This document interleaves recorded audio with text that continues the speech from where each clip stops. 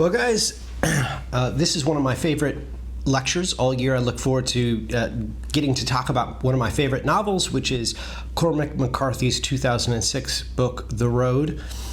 But we're still doing this remotely, so that's okay. We're going to make the best out of it.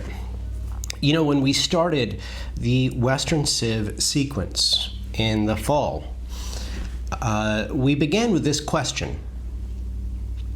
What is civilization and what is it for? What should a civilization look like?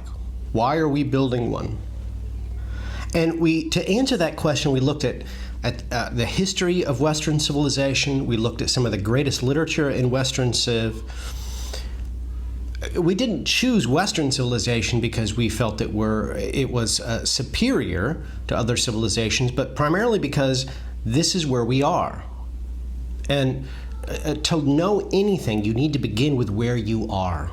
Here I am in Shawnee, Oklahoma. I'm part of the United States, which is a product of Western civilization. So to know my place in the world, I need to begin with where I am. I should never stop there, but I do need to start there. And for those of us in the West, this question, what is civilization, is a pressing one. It has direct implications for how we vote, how we live in community, how we serve our churches, what we buy, how we live our lives. It ought to be a question that faithful Christians cannot be neutral on. And so here we are asking this question and exploring it.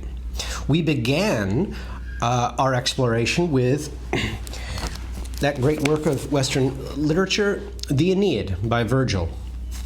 And what is the Aeneid? It's a story of a father and son fleeing a burning civilization, a ruined civilization, the fall of Troy. Aeneas and his son leave behind their wife, his wife and his son's mother, and travel all across the Mediterranean, fighting off dangers and threats. It's a journey of desperation and hope.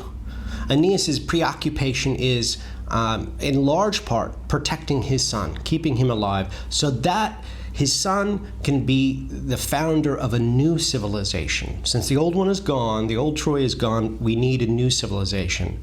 That new civilization will be Rome. What allows Aeneas to persevere through all this, to show Constantia, is the gods aid him, his father guides him, and his son inspires him.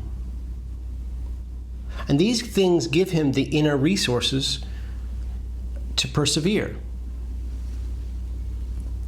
But probably more than all of those, all three of those, is Aeneas's pietas, his piety.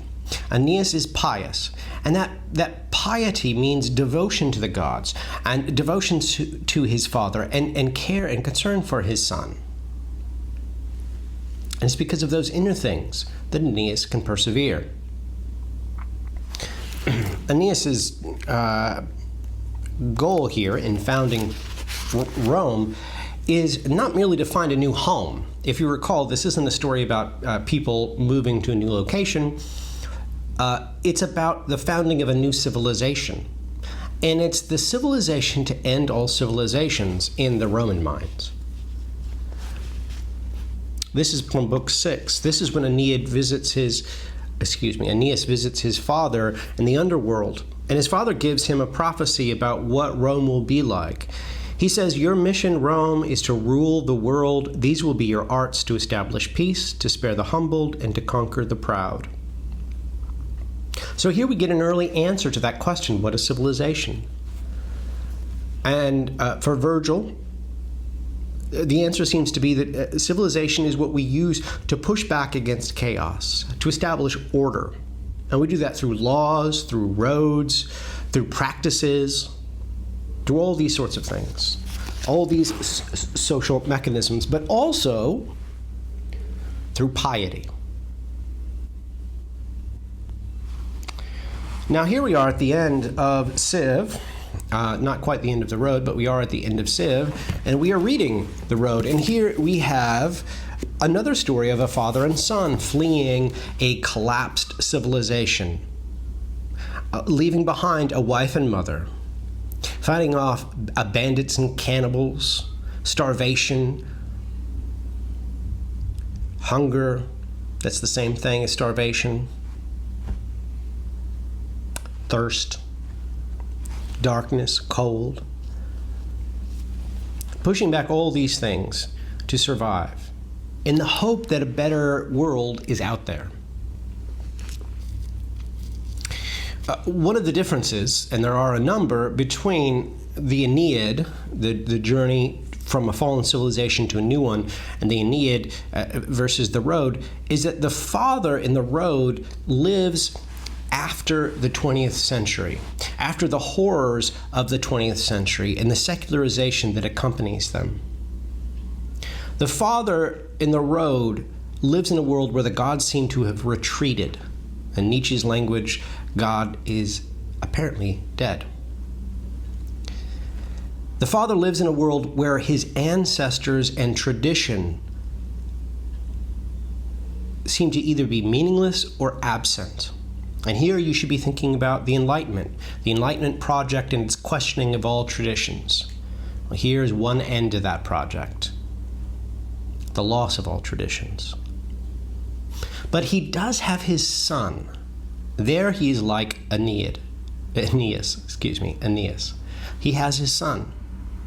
And that son matters a great deal. The question driving this novel is the question raised by the persona in the wasteland at the very beginning, which is, what are the roots that clutch? What branches grow out of this stony rubbish? Son of man, you cannot say or guess, for you know only a heap of broken images, where the sun beats and the dead tree gives no shelter, the cricket no relief, and the dry stone no sound of water. Those final few lines should resonate with you as you reflect on the road. It does sound like the world that McCarthy is describing, a world where water is scarce, where there is no shelter, a world of stony rubbish, a world where there is no relief, a world of dead trees.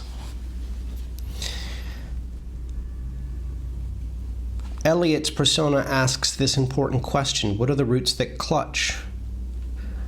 The meaning here seems to be, the question seems to be, what are the foundations, what are the roots that we can rely on?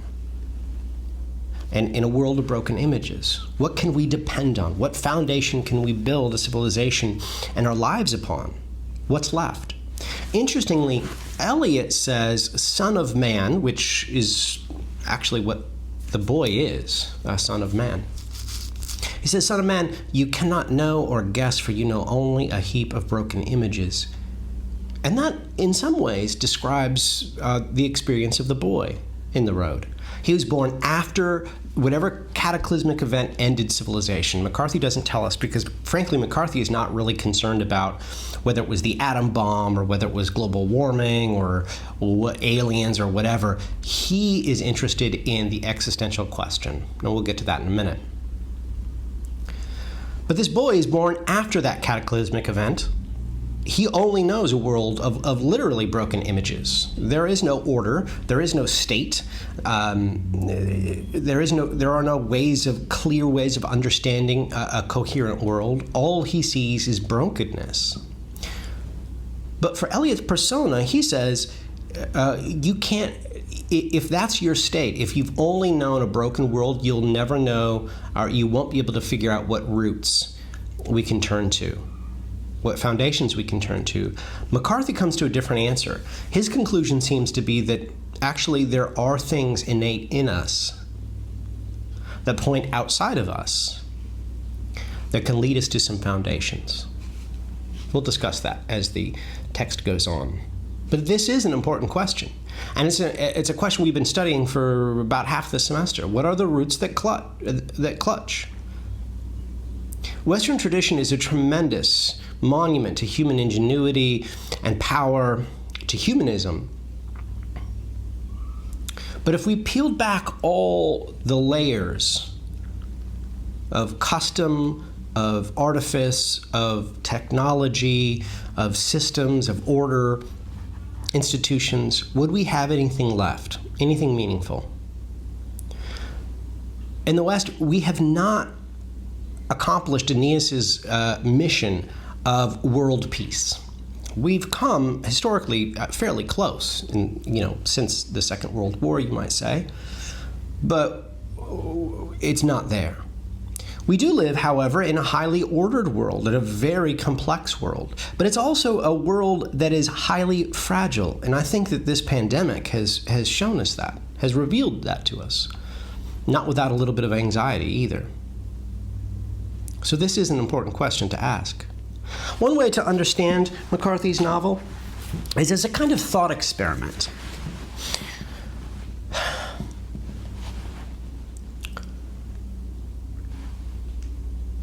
If you remove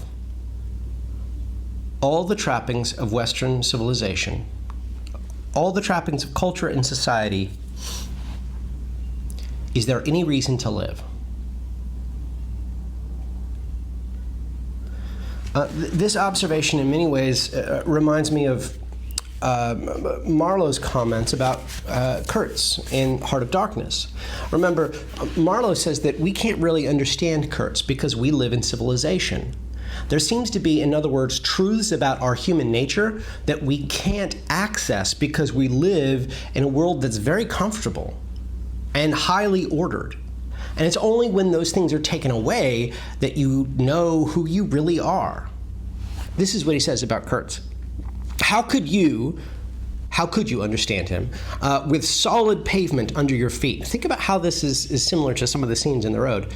Surrounded by kind neighbors ready to cheer you or to fall on you, stepping delicately between the butcher and the policeman, and the holy terror of scandal and gallows and lunatic asylums, how can you imagine what particular region of the first ages a man's untrampled feet may take him into by the way of solitude, utter solitude, without a policeman, by way of silence, utter silence, where no warning voice of a kind neighbor can be heard whispering of public opinion? These little things make all the great difference. Listen to this. When they are gone, when the road, the pavement, the policeman, the butcher, your neighbors, the judge, the doctor, the priest, when they're all gone, you must fall back upon your own innate strength, upon your own capacity for faithfulness. This is Marlowe talking about Kurtz's condition as he is deep into the Congo, and all of these forces of society which had restrained him are now gone, and Kurtz has to see who he really is. And Marlowe's conclusion is that Kurtz is a hollow man. There was nothing inside of him, and so when the restraints of civilization were gone, there was nothing to hold him accountable. There was nothing to make him virtuous. He was an empty man, a hollow man. And McCarthy is exploring a similar question. What would happen if we were to imagine the end of all society, all culture? Does the modern person have inner resources? Do we have innate strength? Do we have a capacity for faithfulness? It's easy to say, oh, yes, absolutely. But it's a very different thing to actually live it. Consider for a moment this. When it comes to this question of why stay alive, because this is a question that McCarthy wants to answer, consider how much the reason you get up in the morning is determined by social conditions. For example, I have a job, so I get up. I have children, and one day I'll have grandchildren, so I care for them. I have hopes for a career, so I continue to work. I would like to travel the world, so I keep living. There are pleasures I'd like to have, things I'd like to watch and read, music I'd like to listen to, food I'd like to eat. All of these things practically, for most of us, I think, function as motivations to get up in the morning, motivations to keep living. But what if we get rid of them all? What if we strip those things away? McCarthy asks, why live? Why live? This is an important question. If you got rid of all the trappings of society, why live? And this is, of course, not a new question. We saw this with Camus, right? In the myth of Sisyphus. He says, this is, well, I'll just read it. There is but one truly serious philosophical problem, and that is suicide. Judging whether life is or is not worth living amounts to answering the fundamental question of philosophy. All the rest comes afterwards. We live in a very complicated world, but in this novel of McCarthy's, he wants to bring us down to this fundamental existential question: why live? And many of us, I fear, would answer that question inaccurately or dishonestly by pointing to cultural things. I live because I'm going to create great art, or because I enjoy life, or this or that.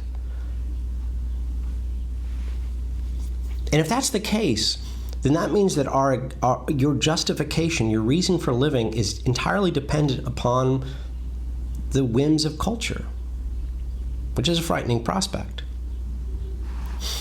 At first blush, this novel feels hopeless and depressing, but it's not. Like Dante, McCarthy needs to plunge us into the inferno in order to help us ascend.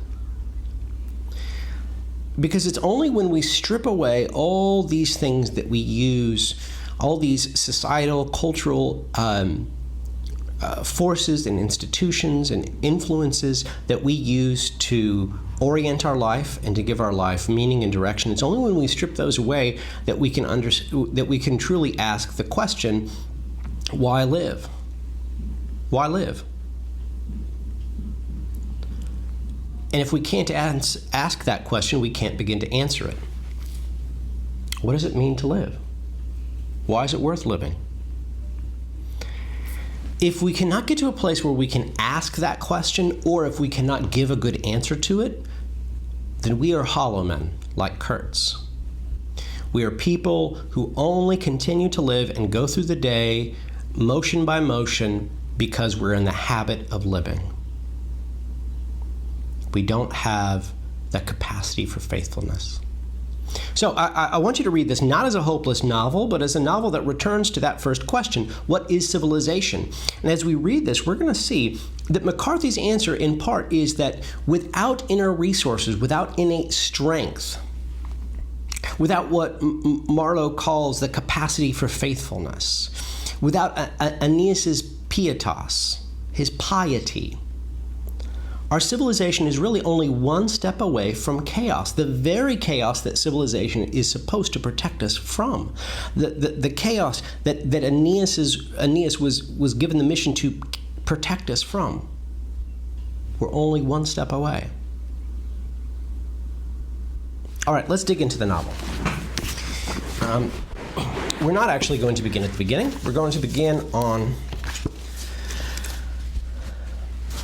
page 5. Begin on page 5. This is the father sitting there, and he's looking at his son who's sleeping. Then he just sat there holding the binoculars and watching the ashen daylight congeal over the land. He knew only that the child was his warrant. Page 5. He said, if he is not the word of God, God never spoke. Now, a warrant here means not a warrant for arrest. Well, actually, it kind of does. But a justification. A justification. So let's figure this out. He knew only, the only thing he knew for certain, we're already getting to roots that clutch. Isn't that interesting? He only knew that the child was his warrant. He's responsible for caring for that child, the boy.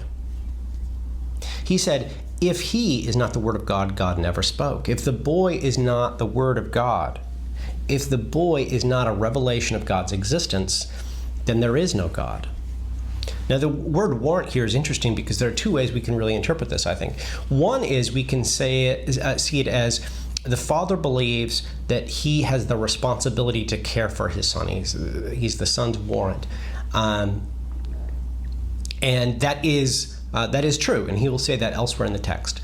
But another way of reading this is that the child is the warrant for God's existence. In other words, the child is the evidence, the reason to believe that there is a God. After all, that makes sense of the next line. If he is not the Word of God, God never spoke. And in fact, an early draft of this text, McCarthy wrote something similar to that.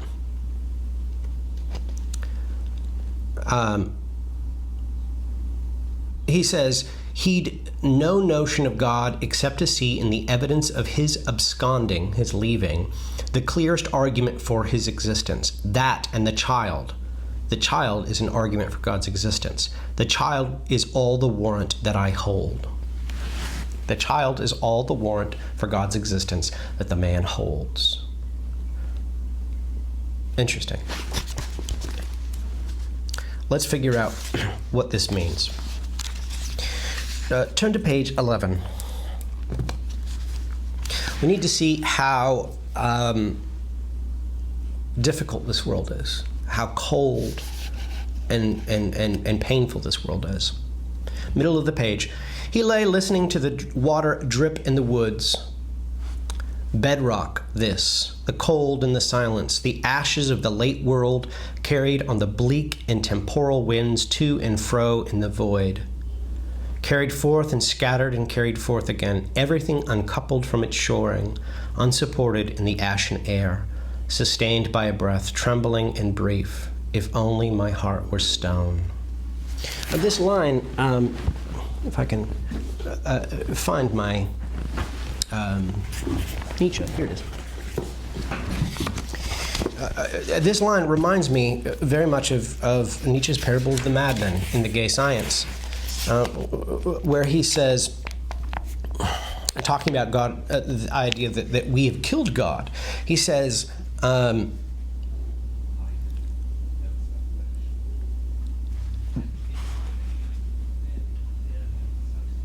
why is my computer talking? I don't even mean it to talk. Okay, sorry. He says, whither is God? I will tell you, we have killed him. All of us are his murderers. But how did we do this? How could we drink up the sea? Who gave us the sponge to wipe away the entire horizon? What were we doing when we unchained this earth from its sun? Whither is it moving now? Whither are we moving now? Away from all suns? Are we not plunging continually, backward, sideward, forward, in all directions? Is there still any up or down? Are we not straying as through an infinite nothing? Do we not feel the breath of empty space? Has not it become colder? Doesn't it? It's so fascinating. Is not night continually closing in on us? Do we not need a light? Do we not need to light lanterns in the morning? Do we hear nothing as yet of the noise of the grave diggers who are burying God? We have killed him. Particularly that line, everything uncoupled from its shoring, reminds me a lot of Nietzsche here. But it's the entire thing, the coldness, the emptiness of space. The night continually following and closing in on them. For everything to be uncoupled from its shoring is really the opposite of the roots that clutch, right? It means that there doesn't seem to be any foundation to things. Everything is just floating. There's no foundation. The father has this interesting moment in the bottom of page 11. It says, he raised his face to the paling day. Are you there? He whispered. Will I see you at the last? Have you a neck by which to throttle you? Have you a heart? Damn you eternally. Have you a soul? Oh God, he whispered. Oh God. The father here is praying to God. It's a prayer of lament. asking, does God have a heart? Does he have a soul? If he does, how could he allow this evil to happen? So here again, we return back to this classic Western theme of theodicy. How do we deal with the problem of evil? For the man, this problem of evil is especially acute because there doesn't seem to be any order left in the world. Page 15, there is a very important passage. Now, the setting here is that his son is asleep and he wakes up in the middle of the night and it's pitch black. He rose and stood tottering in that cold, autistic dark with his arms outheld for balance, while the vestibular calculations in his skull cranked out their reckonings, an old chronicle to seek out the upright. No fall, but preceded by a declination. He took great marching steps into the nothingness, counting them against his return. Eyes closed, arms oaring. What's going on here? Well, on the literal level, the man is trying to not fall down while he's walking in the dark. If you're in pitch black, it's actually difficult for you to walk and not fall. You can lose your balance, but you do have these vestibular calculations going on in your skull to help you. I think it has something to do with eardrums. I don't know. I teach literature. Anyway, to keep you from falling down. And of course, this is figurative for the man's experience. He's walking in a world that seems to have ended. There's no order to it. So what does it mean to be upright? And that's the question he asks next. Upright to what? Now here he means literally, how do I know when I'm balanced, properly balanced, and morally upright to what? Do you see the question there? The question is, by what standard? To ask if you are upright, to ask if you're moral, you have to have something to test it against. What standard are you using to evaluate whether you're a moral person? His answer is something nameless in the night, a lode or matrix, to which he and the stars were common satellite. Like the great pendulum in its rotunda scribbling through the long day movements of the universe, of which you may say it knows nothing, and yet know it must. This is a complex metaphor. I'll try to explain just very briefly here. The image is, if you've ever seen one of Foucault's pendulums, so the experiment is that you have this pendulum hung from a rotunda, and it goes very far down, and the movement of the earth is actually visible by the way that this little pendulum moves. It will actually change direction over time. And so this was famously used to demonstrate in a very clear way to common people that the earth rotated on its axis.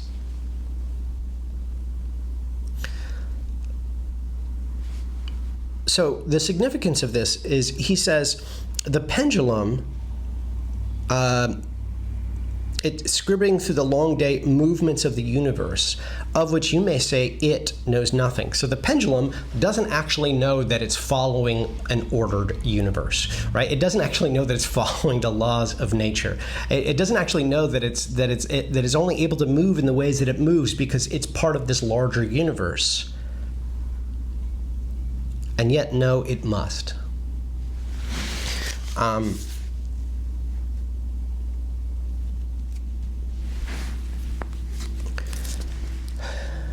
Just like the pendulum, the man is living in a created universe. And he might not understand how he fits within that universe. But there is order to it. And on some level, he knows that. On some level, no, he must. Do you see how this is not a novel of hopelessness? And then I'm going to turn us to page 28 and seemingly challenge that. Middle of the page. The frailty of everything revealed at last. Old and troubling issues resolved into nothingness and night. The last instance of a thing takes the class with it, turns out the light, and is gone. Look around you, ever is a long time, but the boy knew what he knew, that ever is no time at all. That line, the frailty of everything revealed at last, goes back to the concept I started with, the concept that we see in Conrad as well. That the world is actually a very frail place, but it's not revealed to us that way. We like to think that it is ordered, that people who are competent are in charge, that we'll be taken care of, that there will always be food in the supermarket, that humans are progressing in a general direction that is good, that we are upright, all these things. We like to assume this, but things are actually very frail. And in some ways, it's good to be exposed to that. Now, at the top of page 29, the father asks himself an interesting question, a question that gets to the heart of the novel. He watched the boy sleeping. Can you do it when the time comes? Can you? We've got to figure out what he means by that. Can you do what? So keep that passage in mind. Look at the bottom of 29. He said that everything depended on reaching the coast. The father says this to the son all the time. Everything depends on reaching the coast. Yet waking in the night, he knew that all this was empty and no substance to it. There was a good chance they would die in the mountains, and that would be that. I need you to see that the father has a kind of hope in the future. He has a hope that going to the south will be better. But that hope is not based on facts. In fact, all the evidence he has suggests that things won't be better in the south. Things will be worse. So it's an irrational faith. One of the reasons that the father has no rational basis for his hope, or the hope, I should say, that he gives his son, is that he's slowly dying. He has tuberculosis, probably, or some other deadly disease. On the bottom of page 30, we have a scene where he's coughing. He has a coughing fit, and he sees, it says, on the gray snow, a fine mist of blood. So he's coughing up blood. And this raises the beginning of an interesting question that will be asked throughout the novel, which is this. Is it right to continue to have hope when there is no rational basis for that hope? He has no reason to believe that there are good people, good guys, as they call them, in the South. He has no reason to believe that there'll be a better civilization, that there'll be protection, that there'll be food, that there'll be shelter to the South. And yet he keeps telling his son, we just have to keep going. We have to keep going. Is that ethical? Is it ethical when he knows that he's slowly dying?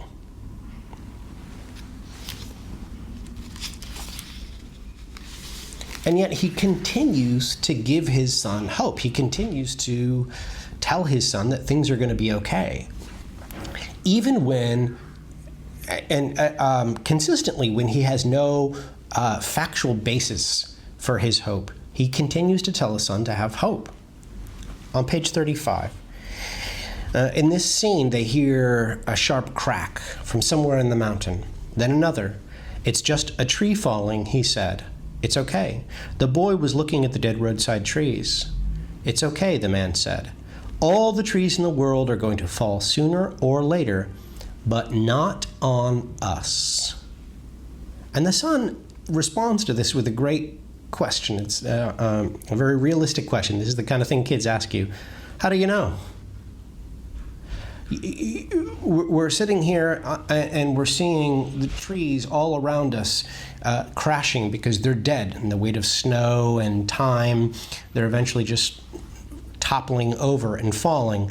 And you say, all the trees are going to fall in the entire world, but they won't ever fall on us. How could you possibly know that? Their father's reply is, I just know.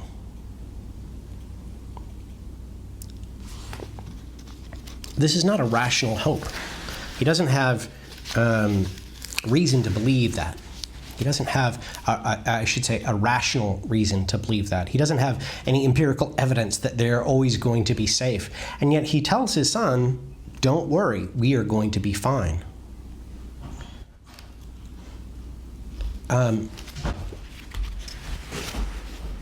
Here's something worth questioning. Is the father lying to his son or not?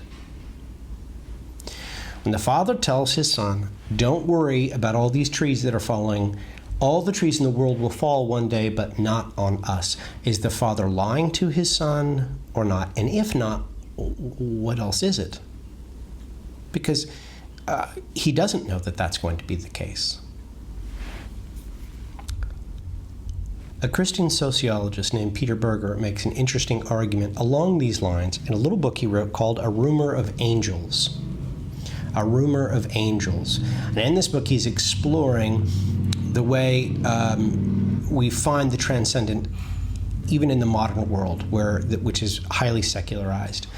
And one of the places he points to is what he calls the prototypical human experience, the prototypical human event. And that is a mother comforting her child who's crying out at night. Berger says there's this weird thing that happens across all cultures and across all time, the same phenomena, which is that a small child will cry out, have a nightmare, call for his mother, her mother, and the mother will come and will say, maybe in different language, different terms, but always the same thing. You are okay. Everything will be okay. And Peter Berger asked this interesting question. He says, the same question I asked you. Is the mother lying in that instance? This happened to you at some point in your life. You were frightened and your mother or your father came to you or some authority figure told you, it's okay, everything will be all right. And now that you're an adult and you know how horrific the world can be, you know that it's highly questionable, to say the least, that that's true. How can a parent say everything is going to be all right? They don't know it. Berger argues, this sociologist in the 60s, 70s, he argues, what if the mom is not lying? All right, because one possibility is that the mother is lying to the child so the child will be able to sleep. If that's the case, then all parents lie to their kids and trick them into thinking that the world is a safe place when it's not, when it's actually a world in some ways like this world. All parents lie to their children just so that they can get old enough to where they can face the fact that the world is a terrifying place, and then they will lie to their children and on and on and on, and that's how the human race perpetuates itself. And Berger says you can choose to believe that if you want, but that sounds pretty horrific to me. He says there's an alternative explanation, and that is that when a mother comforts her child and says everything will be okay, or as in the case of this novel, a father says to his son who sees trees falling, don't worry, all the trees in the world will fall one day, but not on us.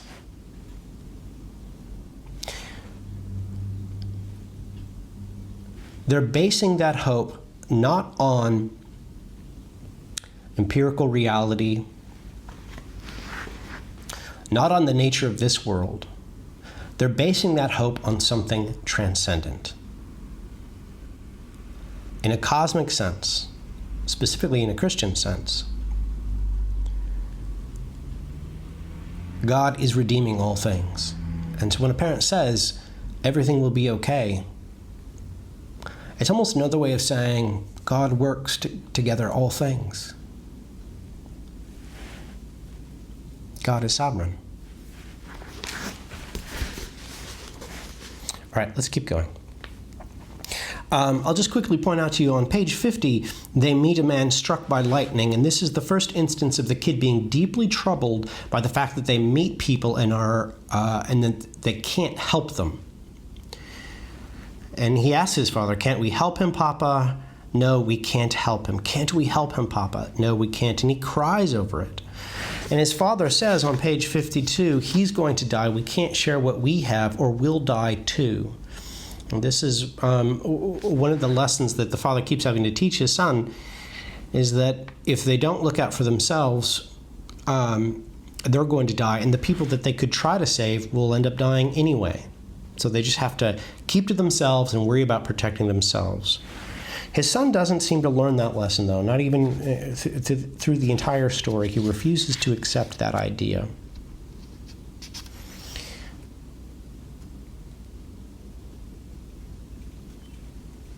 Page 55. On page 55, his son says something that disturbs the father. He says, "I wish I was with Mom." And the man says, "You mean you wish that you were dead?" And the boy answers, "Yes." And this initiates a flashback. The father remembers the final conversation he has with his wife. She was pregnant when everything ended, and gave birth in their home to the boy. And at the bottom of page 55, we begin a very important dialogue that I think is the central conflict of this story. On the surface, the conflict is a father and son having to find safety in a ruined civilization, much like the conflict in the Aeneid is to leave Troy, successfully flee Troy and found Rome.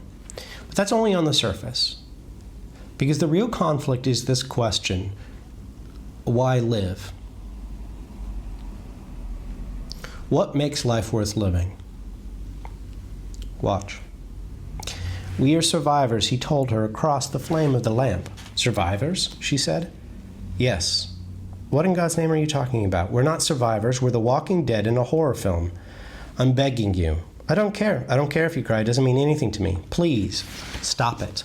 I'm begging you. I'll do anything." And his wife replies to him, "Such as what?" "I should have done it a long time ago." In case it wasn't clear, she's talking about committing suicide. "I should have done it a long time ago." Listen to her logic here. Think about this logic. "When there were 3 bullets in the gun instead of 2. I was stupid. We've been all over this. I didn't bring myself to this. I was brought. And now I'm done. I thought about not even telling you. That probably would have been best. You have 2 bullets, then what? You can't protect us. You say you would die for us, but what good is that? I'd take him with me if it weren't for you. You know I would. It's the right thing to do." There's a lot to unpack here. I want you to see that, first of all, we're given this important piece of information that they have a gun. And at one point, they had 3 bullets. They shot one. We don't know for what reason. But now they only have 2, and there are 3 of them. So if they want a painless death, they really can't do that because not all of them. And her argument is that she didn't ask for any of this. She was thrown into this situation. She didn't ask to be born into a world that would end in chaos, but here she is. And although he makes all these promises, "I'll protect you, don't worry, I'll even die for you." But her point is, how is that even helpful? If you die, then we're just going to be alone and we'll be captured later by cannibals. How's that even helping us? Then she makes this important point. She claims, "I would take him, the boy, with me if it weren't for you. If you wouldn't stop me, I would kill our son right now." And she claims it's the right thing to do. Notice that this is a moral claim. She's making a moral claim about keeping their son alive. It's the right thing to do. He replies, "You're talking crazy." But let's look at her logic. She says, "No, I'm speaking the truth." So now she's made a moral claim, now she's made a factual claim. Here, look, in reality, it is immoral to keep our son alive here. I'm speaking objectively the truth. It is immoral to keep our son alive in this world. Why? Sooner or later, they'll catch us. And they will kill us. They will rape me, they will rape him, they're going to rape us and kill us and eat us, and you won't face it. You'd rather wait for it to happen.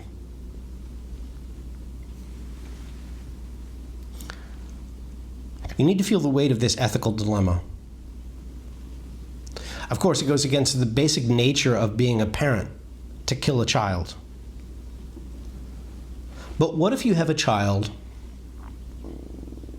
in a war zone, which is essentially what they have, after the apocalypse, where there is no rational hope that things will get better, where there is a shortage of food, where there are roaming bands of cannibals, and in all likelihood, at some point, those cannibals will capture you, and you will die a horrific death. And your son, your child, will suffer horrifically.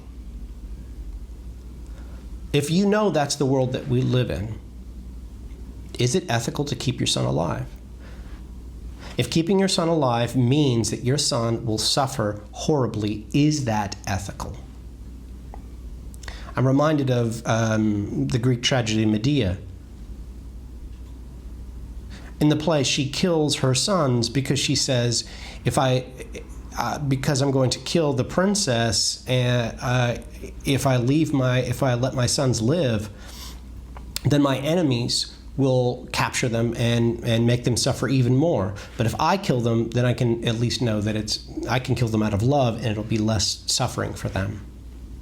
So this is a very old problem. Is it ethical to keep someone alive in this situation? And it may seem like a trivial thing, so maybe your gut reaction is, no, you never kill your kid. But remember the world that these characters are in. They don't have any expectation that some government helicopter is going to land tomorrow and take them away to safety, or that they're going to find some compound with the good guys and everything will be okay. They have no reason to believe that. And what's interesting is, as we go through the rest of this book, and I would challenge you to think through this, she claims eventually they're going to catch us, they're going to kill us, and they're going to rape us, and they're going to eat us. And sure enough, when the man and the boy meet different people throughout this story, those are the kinds of things that they see. They see cannibalism. They don't see good guys. It does seem to be just a matter of time before they are captured. Is this a form of child abuse? The mother says it is. It's unethical, and this is a statement of fact. You are being abusive to our son by keeping him alive in this situation. They continue to debate this, and she says, the one thing I can tell you, this is on the bottom of page 57, the one thing I can tell you is that you won't survive for yourself. I know, because I would never have come this far. A person who had no one would be well advised to cobble together some passable ghost. Breathe it into being and coax it along with words of love. Offer it a phantom crumb and shield it from harm with your body. As for me, my only hope is for eternal nothingness, and I hope it with all my heart. He didn't answer.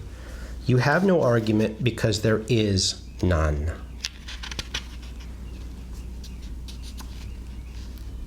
And on the next page it says, she was right. There was no argument.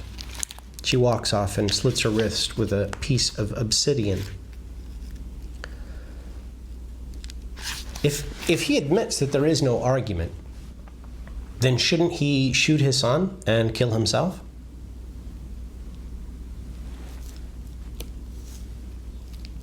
When we think about arguments, we think about rhetoric. We think about the way we use language to build propositional arguments. But our lives are also arguments. And although on one hand the father acknowledges, my wife is right, I have no rebuttal. There's nothing I can say to her accusation that I am abusing her son by keeping him alive in a world where I know that he's going to die a horrific death. I have no answer to that. I have no answer for why I think that this is a loving thing to do. But his action is an argument. His choice to keep his son alive is itself a claim that his son's life is meaningful and important and worth preserving, even when he can't see any reason to hope.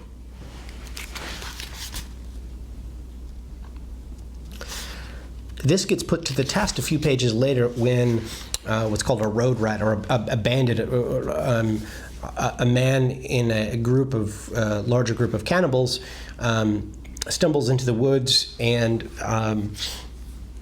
sees them, and there's this tense moment where the man dives, where the road rat dives for the boy and holds a knife to his throat, and the father just quickly turns and drops to his elbows and with his gun and shoots one of the last 2 bullets and blows the man's brains out.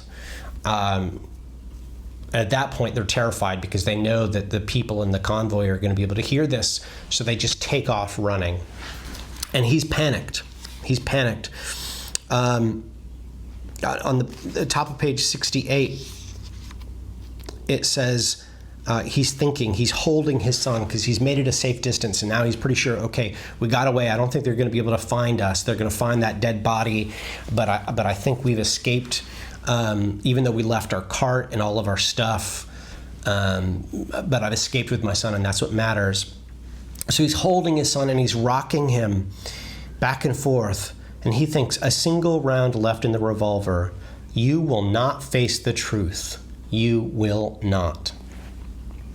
I think that those 2 sentences or 3 are actually the man thinking in the voice of his dead wife, right? Like he's thinking about, what would my wife tell me right now? And he remembers that conversation, that debate that he had with her, and he can hear his wife's voice saying, you're not facing the truth. You still don't get it. This is how you guys are going to die. He's going to be kidnapped and raped and eaten, and you won't face it. You're still not facing it. Page 77, he has a conversation with the boy. For a long time after that incident, right, the man was holding him, or the road agent was holding him with a knife to his throat, right? The boy, then this guy's brains get blown out right behind him. Certainly traumatizing, even though he's lived a life of trauma. And the dad says, you wanted to know what the bad guys looked like. Now you know. It may happen again. This is page 77. Listen to this. My job is to take care of you. I was appointed to do that by God. I will kill anyone who touches you. Do you understand? There's something irrational about this, at least from a certain perspective, from a material perspective. The wife seems to have the stronger argument. The son should not be kept alive in this world. To do so is child abuse. The loving thing is to end his life so he does not have to suffer. The father has no rebuttal, logical answer to that, but he does believe that the child is God's warrant.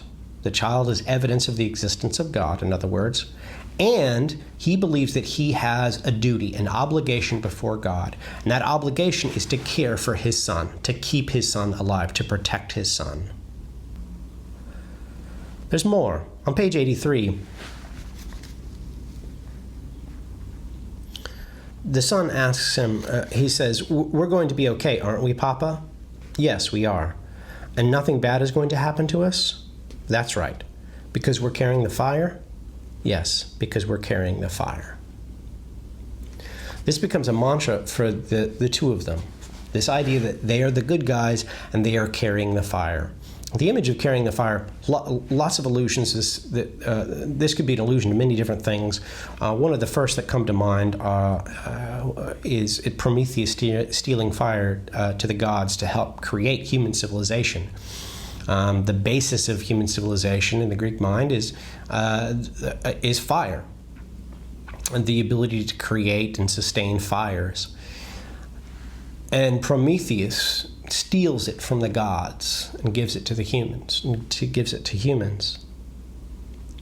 So one way of thinking about this is that the father and son are carrying what is essential to being human civilization. But it could also be this spark of the divine, right? We're carrying, so the fire could represent a kind of moral system, a morality. The last thing I want us to see for today, and we'll pick up and discuss the rest tomorrow, is that the boy on page 84 thinks that he sees a boy. Actually, two things I want to look at. He thinks he sees a boy, and he begs his father to go look for this boy because he's terrified that this boy is alone and that he doesn't have anyone to take care of him. This is important for a number of reasons, but one of which is that it comes up near the end. But it tells us something about the main character, the boy in the novel, and that is that he is deeply empathetic, which is remarkable if you think about it. You were born into a world where every man is for himself, and people are literally eating other humans, and yet this boy seems to still have empathy for others, particularly the innocent, or who he sees as the innocent, but not only the innocent. Okay. Second thing I wanted to point to, bottom of page 88. Here, there are a number of beautiful passages that describe what it's like to live after the end of civilization. And I think these passages help us to think through the frailty of everything revealed at last. Bottom of page 88. He had this feeling before, beyond the numbness and the dull despair, the world shrinking down about a raw core of parsable entities, the names of things slowly following those things into oblivion, colors, the names of birds, things to eat, finally the names of things one believed to be true, more fragile than he would have thought. How much was gone already, the sacred idiom shorn of its reference and so of its reality, drawing down like something trying to preserve heat, and time to wink out forever. The father, I told you this is not a novel of hopelessness, but the father does oscillate between lying to his son and trying to hope for a better future and being hopeless in himself. And here he's expressing this painful reality that the longer they live after the fall of civilization, the more things disappear. For example, the names of birds. He starts forgetting the names of birds because they're dead and he doesn't get to see them and he can't talk to other people about them. So over time, they just disappear entirely. And that happens with birds and things to eat and colors. And then he says, finally, the names of things one believed to be true. So here are these, the foundations for civilization, for society, for morality, these things that, a basic worldview, you might say. And that too seems to be meaningless in this kind of a world where where there's not really hope for tomorrow. He calls them more fragile than he would have thought. Now, again, the danger here is thinking about this in purely hopeless terms. Because although he is saying that in this world, just like the names of birds, one no longer sees anymore, religions and philosophies and ethics and morality and values and virtues, all of those things are also disappearing into the ether because there's nothing to give them substance anymore. There's no world in which they can appear. He says that on one hand, and yet, as we saw earlier, he clearly believes in some things to be true. For example, he believes that his son should be kept alive. He believes that his son should be protected. He believes that his son is some kind of warrant of God's existence, and he believes that God has ordered him to care for that son. Now tomorrow, when we come back, we will finish the second half of the novel. And we'll talk about how the father's hope makes sense even in its absurdity. Thank you.